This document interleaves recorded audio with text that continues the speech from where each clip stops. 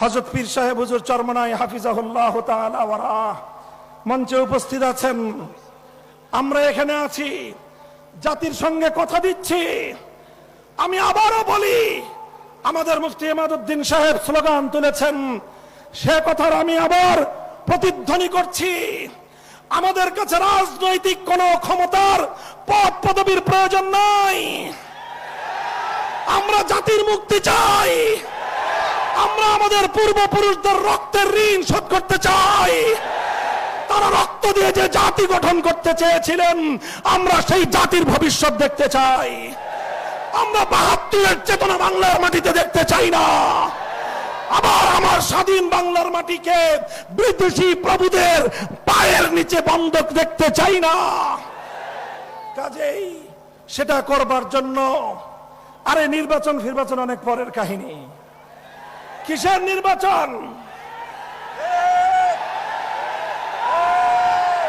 ২০১৩ সালের শাপলা চত্বরের শহীদদের রক্তের প্রথম এই রক্তকে স্বীকার করতে হবে বাংলার মাটিকে। ২৪-এর সহস্রাধিক জুলাই যোদ্ধাদের রক্ত যে জন্য গিয়েছিল, সেই আধিপত্যবাদের উৎখাত নিশ্চিত করতে হবে। জুলাই সনদ বাংলার মাটিতে কার্যকর করতে হবে। ৭২-এর সংবিধান বাংলার মাটিতে চলবে না, চলতে দেওয়া হবে না, চলতে দেওয়া হবে না। আসসালামু আলাইকুম ওয়া রাহমাতুল্লাহ। ইন্নাল হামদালিল্লাহ নাহমাদুহু ওয়া নাস্তাঈনুহু ওয়া নাস্তাগফিরুহু ওয়া নু'মিনু বিহি ওয়া নাতাওয়াক্কালু আলাইহি ওয়া নাশহাদু আল লা ইলাহা ইল্লাল্লাহু ওয়াহদাহু লা শারীকা লাহু ওয়া নাশহাদু আন্না সাইয়্যিদানা ওয়া মাওলানা মুহাম্মাদান আবদুহু ওয়া রাসূলুহু সাল্লাল্লাহু তাআলা আলাইহি ওয়া আলা আলিহি ওয়া আসহাবিহি ওয়া বারাকা ওয়া সাল্লামা তাসলিমান কাসীরা। আম্মা বা'দ, ফাআউযু বিল্লাহি মিনাশ শাইতানির রাজীম। বিসমিল্লাহির রাহমানির রহিম। لقد كان لكم في رسول الله أسوة حسنة لمن كان يرجو الله واليوم الآخر وذكر الله كثيرا. وعن أبي هريرة رضي الله تعالى عنه أنه قال قال رسول الله صلى الله عليه وسلم خياركم في الجاهلية خياركم في الإسلام إذا فقهوا. بارك الله لنا ولكم في القرآن العظيم ونفعنا وإياكم بالآيات والذكر الحكيم. اللهم صل على محمد وعلى آل محمد كما صليت على إبراهيم وعلى آل إبراهيم إنك حميد مجيد. اللهم بارك على محمد وعلى آل محمد كما باركت على إبراهيم وعلى آل إبراهيم إنك حميد مجيد. জাতীয় সিরাত কমিটি আয়োজিত আজিমুশান সিরাতুন নবী ইসলামী মহাসম্মেলনে উপস্থিত সম্মানিত সদরে ইজলাস, উপস্থিত হযরত উলামায়ে কেরাম এবং আজকের এই বিশাল জনসমুদ্রে উপস্থিত সম্মানিত সিরাতুন নবী সাল্লাল্লাহু আলাইহি ওয়াসাল্লামের সুমহান আদর্শের পতাকাবাহী আল্লাহর পয়গম্বরের পেয়ারা উম্মত, প্রাণপ্রিয় আমার এই অঞ্চলের এলাকাবাসী, সর্বস্তরের তৌহিদি জনতা, সিরাতুন নবী সাল্লাল্লাহু আলাইহি ওয়াসাল্লাম মানব জাতির জন্য আল্লাহর পক্ষ থেকে প্রেরিত প্রদত্ত উত্তম ব্যবস্থার সর্বোচ্চ মানদণ্ড। যে কোনো ক্ষেত্রে বিশ্ববাসীর জন্য নবী মুহাম্মদুর রাসূলুল্লাহ সাল্লাল্লাহু আলাইহি ওয়াসাল্লামের আদর্শের চেয়ে উত্তম কোন নমুনা এই পৃথিবীতে নেই। এবং সেটা সকল ক্ষেত্রেই, যেমনি ভাবে মানুষের ইবাদত বন্দেগী, ধর্মীয় আচার আচরণের ক্ষেত্রে আল্লাহর পয়গম্বর নবীজির জীবন আদর্শ সিরত সর্বোত্তম নমুনা, ঠিক তেমনি ভাবে পারিবারিক জীবন কার্যকলাপ পরিচালনায় আল্লাহর নবীর জীবন আদর্শ, নবীর সিরত, এটাই হলো সর্বোত্তম নমুনা এবং সর্বোত্তম মডেল। ঠিক তেমনি ভাবে ব্যবসা বাণিজ্য অর্থনীতির ক্ষেত্রেও নবী আকরাম সাল্লাল্লাহু আলাইহি ওয়াসাল্লামের সিরত হলো সর্বোত্তম নমুনা এবং মডেল। একইভাবে রাষ্ট্র এবং রাজনৈতিক ব্যবস্থা এবং বন্দোবস্তের ক্ষেত্রেও মুহাম্মদুর রাসূলুল্লাহ সাল্লাল্লাহু আলাইহি ওয়াসাল্লাম আনিত, প্রদত্ত, প্রতিষ্ঠিত, বাস্তবায়িত মডেল এবং নমুনাই হলো বিশ্ববাসীর জন্য সর্বশ্রেষ্ঠ এবং সর্বোত্তম মডেল। আমরা আল্লাহ রাসূল সাল্লাল্লাহু আলাইহি ওয়াসাল্লামের এই সিরাতকে শুধু আলোচনার মধ্যেই নয়, বরং আমরা ব্যক্তিগত জীবন থেকে জীবনের প্রতিটি ক্ষেত্রে বাস্তবায়ন করার চেষ্টা করব ইনশাআল্লাহ। আল্লাহ রাব্বুল আলামিন আমাদেরকে তৌফিক দান করুন। বর্তমানে আমরা বাংলাদেশ একটি ঐতিহাসিক সময় অতিক্রম করছি। এই জাতির কপালে, ভাগ্যে এরকম সময় শতাব্দীতে এক দুইবার আগমন করে, অতীতেও গিয়েছে, যেটাকে একটি জাতির টার্নিং পয়েন্ট বলা যেতে পারে। যে ওই সময়গুলোতে ইতিহাসের গুরুত্বপূর্ণ বাক বদলের মুহূর্তে জাতি যদি সঠিক সিদ্ধান্ত গ্রহণ করতে পারে, তাহলে সে জাতির ভবিষ্যৎ এবং তাদের আগামী প্রজন্ম কল্যাণ লাভ করে ধন্য হয়। আর ইতিহাসের বাক বদলের সময়ে জাতির কর্ণধার, জাতির নেতৃত্ব যদি সিদ্ধান্ত গ্রহণ করতে ভুল করে, তাহলে তার খেসারত শতাব্দী কাল পর্যন্ত গুনতে হয় গোটা জাতিকে। তাই আজ আমি ইতিহাসের এই ঐতিহাসিক বাক বদলের মুহূর্তে আমি আমার দৃষ্টিতে বর্তমান এই বাংলাদেশের শ্রেষ্ঠ সন্তানদেরকে লক্ষ্য করে আমি বলতে চাই এবং অত্যন্ত আস্থার সাথে বলতে চাই, যদি আমরা এই সময়ে আমাদের সঠিক কর্মপন্থা অবলম্বন করতে সক্ষম হই, নেতৃত্বের হাল যদি আমরা শক্ত হাতে ধারণ করতে সক্ষম হই, আগামীর বাংলাদেশ হবে ইসলামের বাংলাদেশ, আগামীর বাংলাদেশ হবে সিরাতুন নবীর বাংলাদেশ, আগামীর বাংলাদেশ হবে ইনশাআল্লাহ আল্লাহর নবীর আনিত রাজনৈতিক বন্দোবস্ত খেলাফতের বাংলাদেশ। মুহতারাম হাজিরিন, এই জন্য আমাদের সামনে সিরাতুন নবীর একটা গুরুত্বপূর্ণ আদর্শ আমি আজ উপস্থিত এই অডিয়েন্স, এই জনসমুদ্রকে লক্ষ্য করে বলছি এবং পর্যায়ক্রমে আমার গোটা জাতিকেই আমি আমার এই বার্তা ইসলামের পক্ষ থেকে, ওলামায়ে উম্মতের পক্ষ থেকে পৌঁছে দিতে চাই। নবী আকরাম সাল্লাল্লাহু আলাইহি ওয়াসাল্লামের সিরাতের একটা গুরুত্বপূর্ণ শিক্ষা, গুরুত্বপূর্ণ একটা আদর্শ আমি যেই হাদিসের অংশ বিশেষ পাঠ করেছি, এই হাদিস থেকে কিছুটা বুঝে আসে এবং নবীজির নবুয়ত লাভ থেকে শুরু করে আল্লাহর পয়গম্বরের ওয়াফাতুন নবী পর্যন্ত, বেয়াসাতুন নবী থেকে ওয়াফাতুন নবী পর্যন্ত 23 বছরের এই সুদীর্ঘ জীবনে নবীজির অনুসৃত একটি গুরুত্বপূর্ণ নীতিমালা যেটা আমি আলোচনা করছি, সেটা হলো এই: আল্লাহর নবী এসেছিলেন আমরা জানি এমন এক সময়ে, যেই সময়কে ইতিহাসে আইয়ামে জাহিলিয়াত বলা হয়ে থাকে, বর্বরতার যুগ বলা হয়, অন্ধকারের যুগ বলা হয়। সেই অন্ধকার যুগে আল্লাহর নবী নবুয়তের প্রদীপ জ্বাললেন। আল্লাহর পয়গম্বর আল্লাহর পক্ষ থেকে নাজিলকৃত মহাগ্রন্থ আলোকবর্তিকা আল কোরআনের আলো প্রজ্বলিত করার মধ্য দিয়ে জাহিলিয়াত এবং বর্বরতার সকল তিমির অন্ধকার তিনি দূরীভূত করলেন। গোটা বিশ্ববাসী যেই আলোয় উদ্ভাসিত হলো, আল্লাহর পয়গম্বরের সিরাত এবং কোরআনের আলোতেই সারা দুনিয়া সেই জাহেলিয়াতের অন্ধকার থেকে মুক্তি লাভ করেছিল। নবী করিম সাল্লাল্লাহু আলাইহি ওয়াসাল্লাম জাহেলিয়াতকে পরিবর্তন করেছেন, জাহেলিয়াতের সকল অন্ধকারকে দূরীভূত করেছেন, জাহেলিয়াতের সকল বর্বরতাকে আল্লাহর পয়গম্বর তিনি উৎখাত করেছেন এবং জাহেলিয়াতের যত অসভ্যতা, যত অশ্লীলতা, যত পাপাচার, যত অমানবিকতাকে নবী আকরাম সাল্লাল্লাহু আলাইহি ওয়াসাল্লাম অত্যন্ত কঠোরভাবে তিনি দমন করেছেন।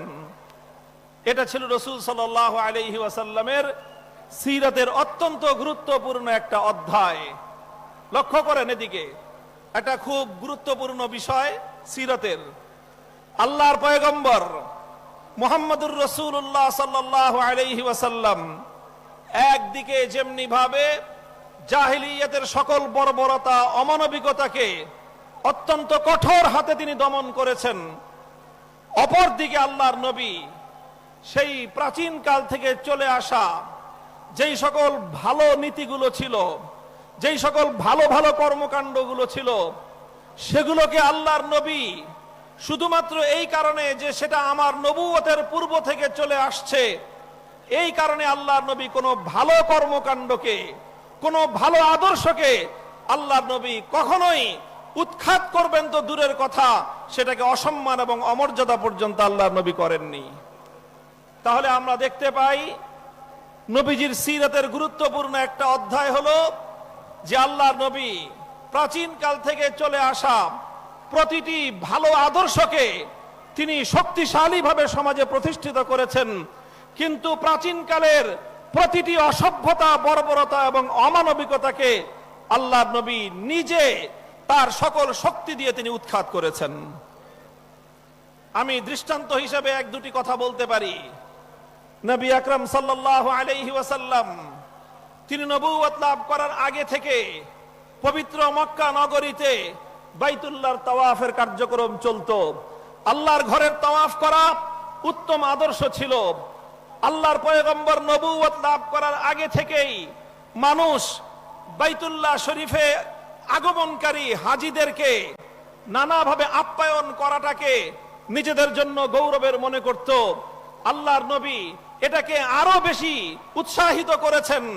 জমজমের পানি পান করানোর মধ্য দিয়ে হাজী সাহেবানদের তৃষ্ণা নিবারণ করা, এটা একটা মানবিক কাজ ছিল।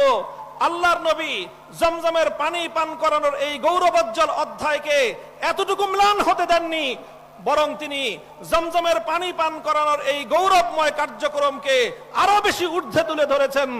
বাইতুল্লাহর চাবি বহন করা, বাইতুল্লাহর দরজার চাবি বহন করাটা সম্মানজনক একটা বিষয় বলে জাহেলিয়াতের যুগ থেকেই পরিচিত ছিল। আল্লাহর নবী জাহেলিয়াতের সেই চলে আসা সময় থেকে চলে আসা বাইতুল্লাহর ঘরের দরজার চাবি বহন করার এই মর্যাদাকে তিনি এতটুকু পর্যন্ত তিনি গুরুত্বহীন করেননি, বরং আল্লাহর নবী মক্কা বিজয়ের পরে উসমান ইবনে আবি তালহার হাতে এই চাবি দিয়ে তার হাতে বাইতুল্লাহর চাবি উত্তোলন করে দিয়ে তুলে দিয়ে নবী বলেছিলেন, খালিদাতান তালিদাতান লা ইয়ানজিউহা মিনকুম ইল্লা যালিমুন। হে উসমান ইবনে আবি তালহা, আজ আমি তোমার হাতে এই পৃথিবীতে আল্লাহর ঘর বাইতুল্লাহর চাবি তথা মর্যাদার এবং গৌরবের এই প্রতীক তোমার হাতে তুলে দিলাম। তোমার পরে তোমার বংশধর এই চাবি বহন করবে। কোন অত্যাচারী জালেম ছাড়া কেউ তোমাদের হাত থেকে এই গৌরব এবং মর্যাদা কেড়ে নিতে পারবে না। আল্লাহর কোরআন আল্লাহর নবীর এই নীতিকে সমর্থন দিল।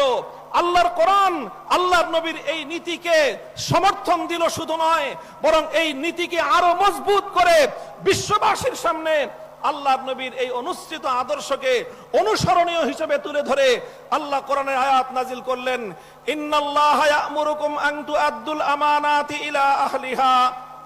আল্লাহ পাক রব্বুল আলামিন প্রতিটি আমানত যার যার প্রাপ্য যেটা সেটা তাকে বুঝিয়ে দেওয়াটাই এটা আল্লাহ পাকের নির্দেশ। আল্লাহর নবী জমজমের পানি পান করার দায়িত্ব পূর্ববর্তী দায়িত্বশীলের হাতে তুলে দিয়েছেন। আল্লাহ পাক বললেন, এটাই আপনি সঠিক কাজ করেছেন। আল্লাহর নবী বাইতুল্লাহর চাবি পূর্ববর্তী সেই ওসমান ইবনে আবি তালহার হাতে তুলে দিলেন। আল্লাহ নবী বললেন, আল্লাহ বললেন যে এটাই আপনি সঠিক করেছেন। ভালো কাজগুলোকে সমাজের মধ্যে বাঁচিয়ে রাখতে হবে। জাহিলিয়াতের যুগ থেকে ভালো কাজ ছিল বলে, সেটা জাহিলি যুগের লোকেরা ভালো কাজটা করত বলে, সেই ভালো কাজকে ইসলাম কোনোদিন অসম্মান করে নাই, অমর্যাদা করে নাই।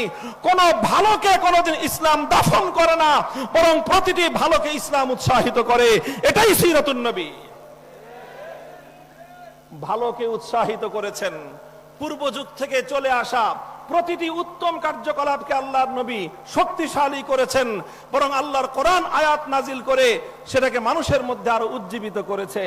এটা হলো সিরাতুন নবীর একটা দিক। ঠিক তার বিপরীতে যে সকল অন্যায়গুলো ছিল, যে সকল খারাপ কাজগুলো ছিল, যেখানেই থাকুক না কেন, সেটা হোক সেটা নিজের পরিবারের মধ্যে, হোক সেটা নিজের আপনজনদের মধ্যে, হোক সেটা নিজের ভাইয়ের মধ্যে, হোক সেটা নিজের চাচার জীবনে, প্রতিটি বর্বরতা, প্রতিটি অন্যায়, প্রতিটি জুলুম শেকড় শুদ্ধ আল্লাহ নবী উপরে ফেলেছেন। রাসূল আকরাম সাল্লাল্লাহু আলাইহি ওয়াসাল্লাম যেদিন মদিনা স্টেট ঘোষণা করলেন, ইসলামী রাষ্ট্রের বুনিয়াদ কায়েম করলেন, আল্লাহ নবী ঘোষণা দিলেন, আলা ইন্না রিবাল জাহিলিয়াতি মাওযুউন তাহতা কদামাইয়া, আলা ইন্না দিমাল জাহিলিয়াতি মাওযুউন তাহতা কদামাইয়া, ওয়া ইন্না আউওয়ালা রিবান আদাউহু রিবাল আব্বাস ইবনে আব্দুল মুত্তালিব। নবীজি বললেন, জাহিলিয়াতের যুগ থেকে সুদ নামক এক ভয়াবহ মানুষের রক্ত চোষা এক অর্থনৈতিক কার্যকলাপ এবং রীতিনীতি পরিচালিত হয়ে আসছে। সুদের মতো মানুষের, গরিবের রক্ত চোষণকারী এই বর্বর রীতি একটি সভ্য সমাজে চলতে পারে না। নবীজি বললেন, সুতরাং আজ আমি মুহাম্মদ আরবি ঘোষণা করছি, জাহিলিয়াতের যুগ থেকে চলে আসা সকল সুদের কবর রচনা করলাম আমি মুহাম্মদ আরবির মা পায়ের নিচে। সমস্ত জাহিলি সুদ আজ থেকে দাফন হয়ে গেল।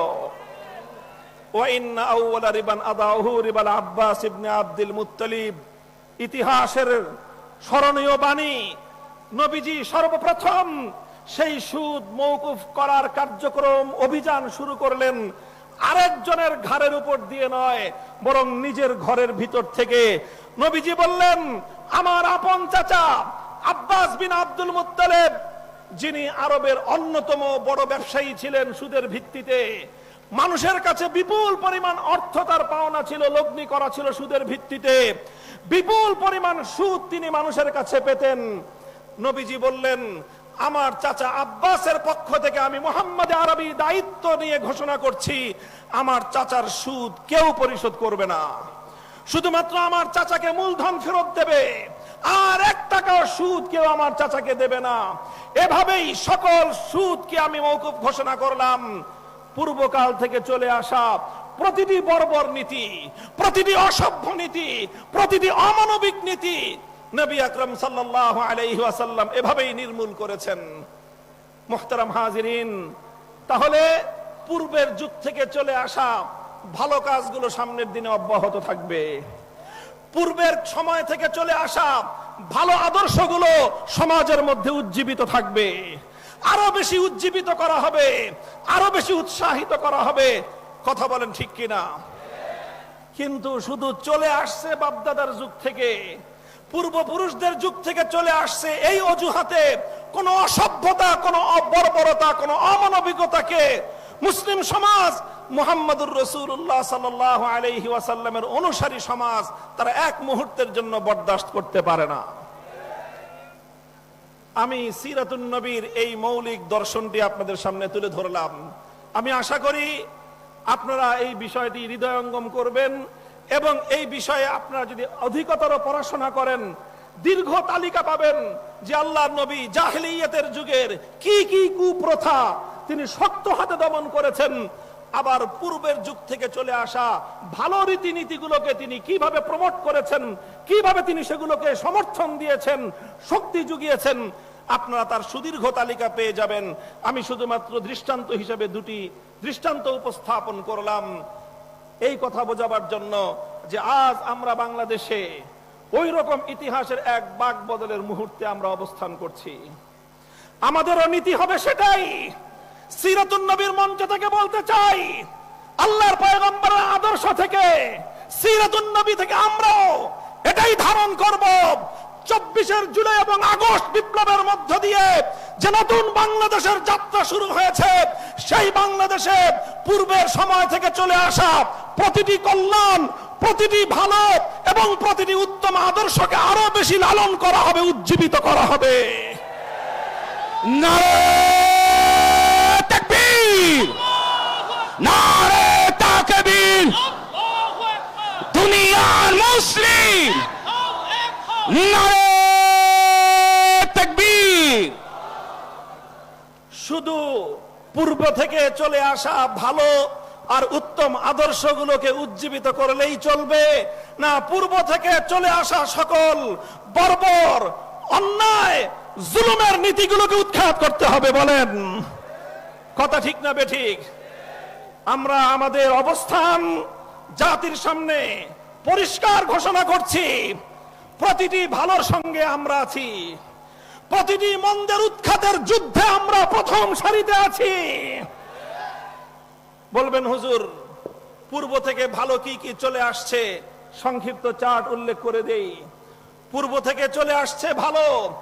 1905 সালে এই পূর্ববঙ্গের মুসলমানদের ইসলামী চেতনা, মুসলিম জাতিসত্তার উত্থান এবং উন্নয়নের জন্য এই পশ্চিমবঙ্গের আধিপত্য খর্ব করে, দাদা বাবুদের আধিপত্য, তাদের প্রভুত্বকে খর্ব করে মুসলমানরা যেন তাদের পায়ের উপর দাঁড়িয়ে নিজেরা স্বাধীন জাতিসত্তা গঠন করতে পারে, সেই জন্য 1905 সালে বঙ্গভঙ্গ করা হয়েছিল। আমরা সেই বঙ্গভঙ্গের চেতনাকে সামনের দিনে অব্যাহত রাখতে চাই। আমরা বলতে চাই, আমার সোনার বাংলাদেশ আর কোনদিন দাদা বাবুদের গোলামে পরিণত হবে না। নারে তাকবীর, সাবিলুনা সাবিলুনা, তরিকুনা তরিকুনা। আমরা বলতে চাই, হাজী শরীয়তুল্লাহর এই বাংলার মাটিতে, হাফিজজির এই বাংলার মাটিতে, শাইখুল হাদিসের বাংলার মাটিতে, শাইখুল ইসলাম আহমদ শফির বাংলার মাটিতে, আল্লামা জুনায়েদ বাবুনগরীর এই বাংলার মাটিতে পৌত্তলিকতার আধিপত্যকে আমরা আর কোনদিন বরদাস্ত করব না, ইনশাআল্লাহ। নারে তাকবীর, দাদা বাবুদের কালো হাত, নাসিক মুর্দাদের কালো হাত, দুনিয়ার মুসলিম। এটা হলো 1905 সালে যে কল্যাণের ধারার সূচনা হয়েছিল।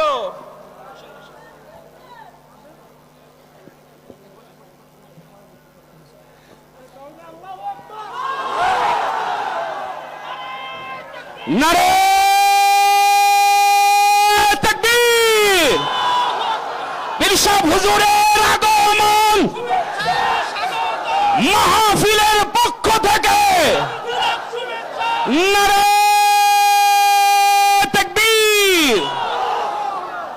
তাহলে আমাদের পূর্বপুরুষরা যেভাবে একটি স্বাধীন মুসলিম জাতিসত্তার উত্থানের লক্ষ্যে কলকাতার দাদা বাবুদের আধিপত্যকে খর্ব করার জন্য সংগ্রাম করে, লড়াই করে এই পূর্ববঙ্গের মুসলমানদের উত্থানের জন্য যেই কল্যাণের ধারা সূচনা করেছিলেন, আগামী দিনেও সেই ধারার শক্তিশালী হবে। তাই বাংলার মুসলমানেরা বঙ্গভঙ্গ রোধ করার জন্য সাম্প্রদায়িক অপশক্তির মূল হোতা রবীন্দ্রনাথ ঠাকুরদের মতো সাম্প্রদায়িক এই সকল অপশক্তির গুণকীর্তন বাংলাদেশের মানুষ ভালো চোখে দেখবে না।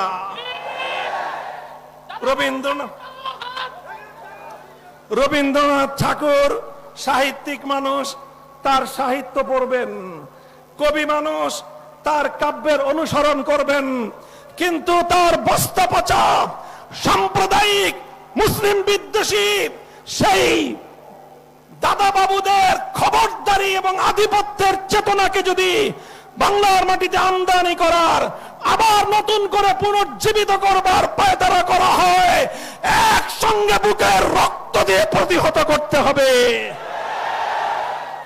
এক নম্বর কথা, 1905 সালের বঙ্গভঙ্গের সেই চেতনাকে আবার আগামীর বাংলাদেশে পুনর্জীবিত রাখতে হবে।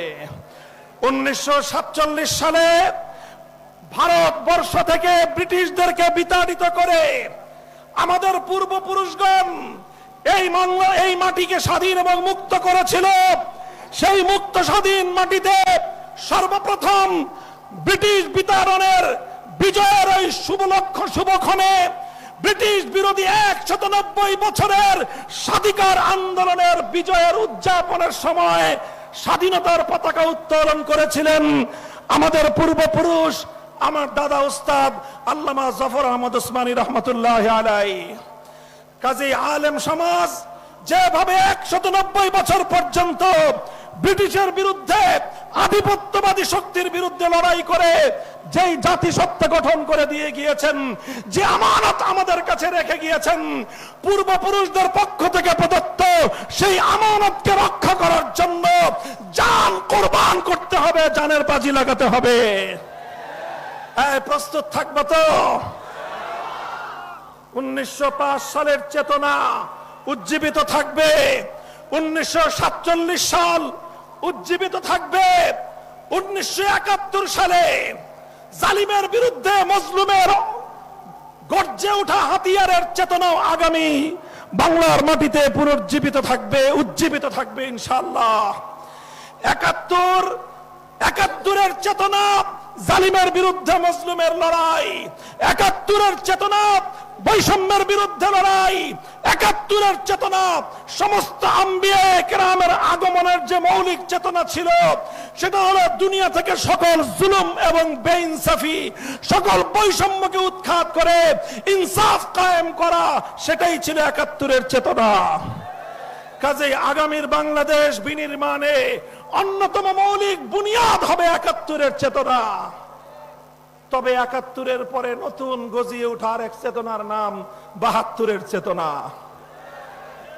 এই 72-এর চেতনার অর্থ হলো 7 কোটি বাঙালি মানুষের লড়াই এবং মুক্তির সংগ্রামের মধ্য দিয়ে শত সহস্র শহীদের বুকের রক্ত দিয়ে অর্জিত 9 মাসের মহান মুক্তির সংগ্রামকে ভারতীয় দাদা বাবুদের চরণতলে বলি দেওয়ার চেতনার নাম 72-এর চেতনা।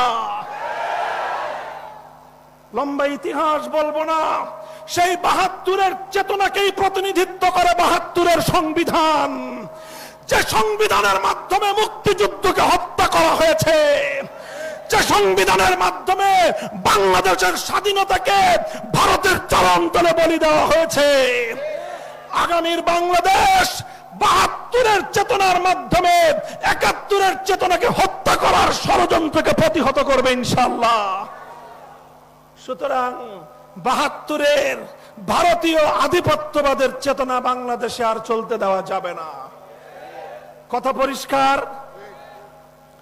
এরপরে সর্বশেষ 2013 সাল থেকে 2024 সাল এক সুবিশাল এক যুগের সংগ্রাম, যে সংগ্রামের সূচনার ডাক দিয়েছিলেন আল্লামা আহমদ শফী, যে সংগ্রামের মঞ্চে শাহাদাতের মঞ্চ প্রস্তুত করেছিলেন আল্লামা জুনায়েদ বাবু নগরী, সেই শাপলা চত্বরের 2013 সালের 5ই মের চেতনায় 2024 সালের 5ই আগস্ট গণভবন থেকে ফ্যাসিবাদের বিতরণের মধ্য দিয়ে বিজয় অর্জন করেছে।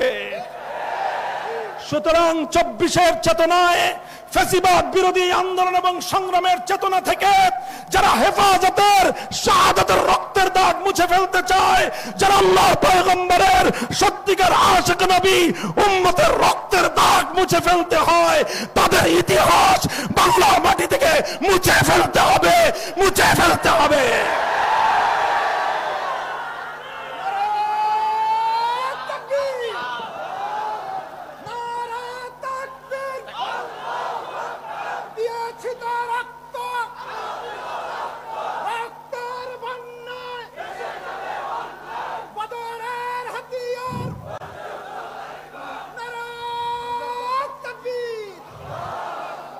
আমি পরিষ্কার বলতে চাই, এই চারটি মাইল ফলক 1905 সালের বঙ্গভঙ্গ, 1947 সালের ব্রিটিশ বিরোধী স্বাধীনতা অর্জন, 1971 মহান মুক্তিযুদ্ধ, 2013 থেকে 24 পর্যন্ত ফ্যাসিবাদ বিরোধী আন্দোলনের এই চেতনা, এটাই হলো বিগত 100 বছরের, 1000 বছরের আমাদের শ্রেষ্ঠ অর্জন।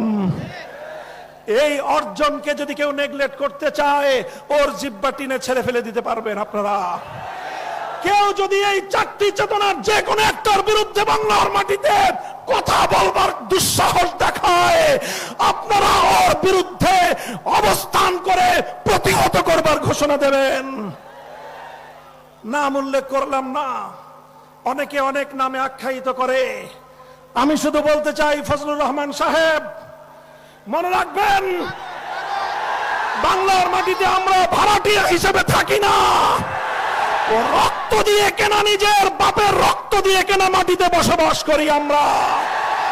এখানে আমরা অনেক রক্ত দিয়ে 1905 সালে বঙ্গভঙ্গ করেছিলাম, অনেক রক্ত দিয়ে ব্রিটিশদেরকে বিতাড়িত করেছিলাম, অনেক রক্ত দিয়ে 71-এর মুক্তিযুদ্ধের মঞ্চ প্রস্তুত করেছিলাম, রক্ত দিয়েছি শাপলা চত্বরে, রক্ত দিয়েছি জুলাই বিপ্লবে।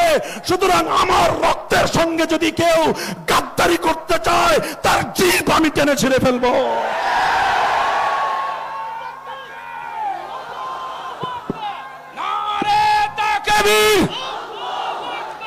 ইসলামের দুশ্মনেরা, নাস্তিকদের দুশ্মনেরা, ওহুদের হাতিয়ার, বদরের হাতিয়ার, নারে তাকবীর। আমি সিরাতুন নবীর যেই সুমহান আদর্শের আলোচনার সূচনাতে করেছি, আল্লাহর পয়গম্বরের সিরাতের সে মৌলিক 2টি নীতিমালাকে আঁকড়ে ধরতে হবে, এটাকে কঠিন ভাবে বাস্তবায়ন করতে হবে, অত্যন্ত আন্তরিকতা এবং কঠোর ভাবে অনুশীলনের মাধ্যমে অতীতের ভালো বিষয়গুলোকে, ভালো চেতনাগুলোকে জাতির মধ্যে প্রতিষ্ঠিত করে এই জাতিকে বিভ্রান্ত করবার জন্য গড়ে ওঠা ভেজাল চেতনা থেকে জাতিকে মুক্ত করতে হবে ইনশাআল্লাহ। একটা সংগ্রাম, এই সংগ্রামের যুদ্ধের মাঠে আমরা নেমেছি আলহামদুলিল্লাহ। হযরত পীর সাহেব হুজুর চরমনাই হাফিজাহুল্লাহ তাআলা ওয়া রাহ মঞ্চে উপস্থিত আছেন। আমরা এখানে আছি, জাতির সঙ্গে কথা দিচ্ছি। আমি আবারও বলি, আমাদের মুফতি ইমাদউদ্দিন সাহেব স্লোগান তুলেছেন, সে কথার আমি আবার প্রতিধ্বনি করছি। আমাদের কাছে রাজনৈতিক কোন ক্ষমতার পদ পদবীর প্রয়োজন নাই। আমরা জাতির মুক্তি চাই, আমরা আমাদের পূর্বপুরুষদের রক্তের ঋণ শোধ করতে চাই। তারা রক্ত দিয়ে যে জাতি গঠন করতে চেয়েছিলেন, আমরা সেই জাতির ভবিষ্যৎ দেখতে চাই। আমরা 72-এর চেতনা বাংলার মাটিতে দেখতে চাই না। আবার আমার স্বাধীন বাংলার মাটিকে বিদেশি প্রভুদের পায়ের নিচে বন্ধক দেখতে চাই না। কাজেই সেটা করবার জন্য, আরে নির্বাচন ফিরবাচন অনেক পরের কাহিনী। কিসের নির্বাচন? 2013 সালের শাপলা চত্বরের শহীদদের রক্তের প্রথম এই রক্তকে স্বীকার করতে হবে বাংলার মাটিকে। 24-এর সহস্রাধিক জুলাই যোদ্ধাদের রক্ত যে জন্য গিয়েছিল, সেই আধিপত্যবাদের উৎখাত নিশ্চিত করতে হবে। জুলাই সনদ বাংলার মাটিতে কার্যকর করতে হবে। 72-এর সংবিধান বাংলার মাটিতে চলবে না, চলতে দেওয়া হবে না, চলতে দেওয়া হবে না।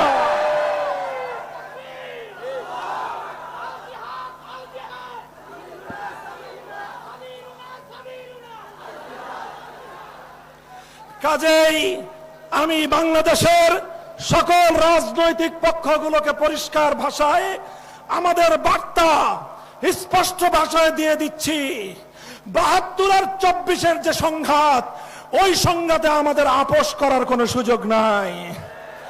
24-এর রক্তের সঙ্গে গাদ্দারি করে যারা আবার 72-এর বাকশালী ব্যবস্থার দিকে ফিরে যেতে চান, আপনারা যদি শহীদ জিয়াউর রহমানের নাম মুখে উচ্চারণ করেন তাহলে আপনাদের আরেকবার উজু করা দরকার। কাদেরকে উজুর মাসলা শিখান? নিজের পূর্বপুরুষদের, নিজের দলের পূর্বপুরুষদের আদর্শ থেকে আপনারা বিচ্যুত হয়ে এ জাতির সঙ্গে ধোঁকাবাজি করবার রাজনীতি বাংলার মানুষ সহ্য করবে না। এছাড়া আসেন, আমরা অন্য কোনো কিছু নিয়ে আপনাদের সঙ্গে টানা হেঁচড়া হবে না, কিন্তু 24-এর বিপ্লবের পরবর্তী বাংলাদেশে 72-এর সেই বাকশালী ব্যবস্থা বাস্তবায়ন করতে গেলে আমাদের বুকের উপর দিয়ে, আমাদের লাশের উপর দিয়ে করতে হবে। আমরা জীবন দেব, রক্ত দেব, রক্তের সাগর বইবে, কিন্তু 24-এর বিপ্লব ব্যর্থ হতে দেব না ইনশাআল্লাহ। বাংলাদেশে আর সেই সকল স্বৈরাচারীদের ভাস্কর্য নামক মূর্তি স্থাপন হতে দেওয়া হবে না। সেই সঙ্গে এটাও বলে দেই, জুলাই যোদ্ধাদের নামে অথবা আমাদের মহান শহীদদের জন্য রাষ্ট্রীয় ব্যবস্থাপনায়, রাষ্ট্রীয় স্থাপনায় ভাস্কর্য নির্মাণ করবার বিপজ্জনক খেলা কেউ খেলবার চেষ্টা করবেন না। মনে রাখবেন, যদি আমাদের প্রাণ প্রিয় কলিজার টুকরা শহীদ আবু সাঈদ অথবা মুগ্ধদের যদি কেউ ভাস্কর্য নির্মাণ করতে চান, সেই ভাস্কর্যের সঙ্গে আমাদের সেই আচরণই হবে শেখ মুজিবুর রহমান সাহেবের ভাস্কর্যের সঙ্গে যে আচরণ করেছিলাম। অথবা কেউ যদি শহীদ প্রেসিডেন্ট জিয়াউর রহমানের নামে কোন ভাস্কর্য রাষ্ট্রীয় স্থাপনায় বসাতে চান, সে ভাস্কর্য জীবন দিয়ে প্রতিহত করব, ভেঙে গুড়িয়ে দেব।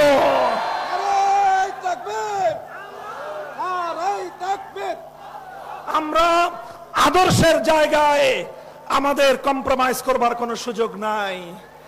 ক্ষমতা নিতে চান নিয়ে নেন, সংসদ নিতে চান অতটা আমরা আপত্তি করব না, কিন্তু আমাদের আদর্শের জায়গায় হাত দিলে হাত সহি সালেম বাড়িতে ফিরতে পারবেন না ইনশাআল্লাহ। হ্যাঁ, জিন্দা আছেন তো? মাথায় কাফনের কাপড় বাঁধো, আবার জুলাইয়ের চেতনায় উজ্জীবিত হও, আবার শাপলার হাতিয়ার নিয়ে মাঠে নামতে হবে, মাঠে নামতে হবে, মাঠে নামতে হবে।